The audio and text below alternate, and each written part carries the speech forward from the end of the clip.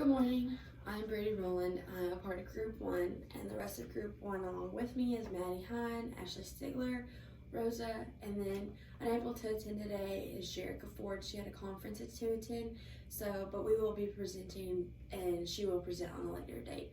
So we are Group 1, and the topic we are discussing today is 3D printers and copiers, along with the technology heading topic. So, can anyone name this object? It's a 3D printer.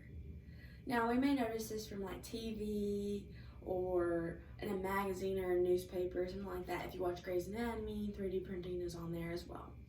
So it's a little bit noticeable, even though it may not be in everyone's everyday life. And what exactly is 3D printing? It's exactly the name. It is printing of objects of 3 dimensions. So today I would like to just discuss a few points with you of what 3D printing is, of what are the most popular types, and some of the materials that are needed. So first, let's just discuss what a 3D printer is, okay? So in 1993, according to 3D Inside, Chuck Hall created the first 3D printer. So that was about 40 years ago. And so what this does, it just creates different objects of different materials in 3 dimensions. Pretty self-explanatory. And that was found in a PC Magazine article that was online. And so how are these 3D objects made? Through these 3D printing. And it's by this process of additive process. So layer by layer. I found that pretty neat, considering that it was layer by layer, and like when we go and just use a normal printer, it can print off however much or whatever we want. So now that we kind of discussed like what 3D printing is, let's discuss some of the most popular types. So if you'll see right here on the left, this is called an SLA, or a stereolithography printer. And so what this does, it uses just normal like liquid resin that hardens by laser. So that's pretty neat.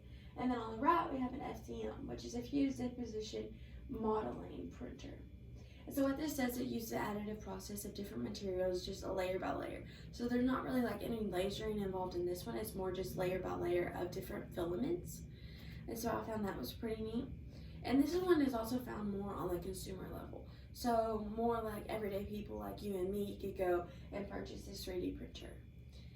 Now that we kind of talked about the most popular types, let's talk about the materials that are needed.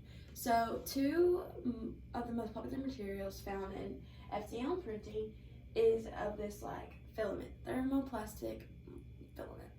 So FDM doesn't use this laser like I said, but the SLA does. So the SLA uses a liquid resin that will harden. And so what this filament will do is just the additive layer process. So it's not like when it gets there, it's already kind of hard and it's already starting to take shape. And so that's what this filament is for. And all of this background information that I found on the SLA and the FDM and the materials that are needed, I found on formlabs.com, which is like a guide to describe what 3D printing is and some of the materials. So today I've talked to you about what 3D printing is, 2 of the most popular types, and some of the most popular materials as well.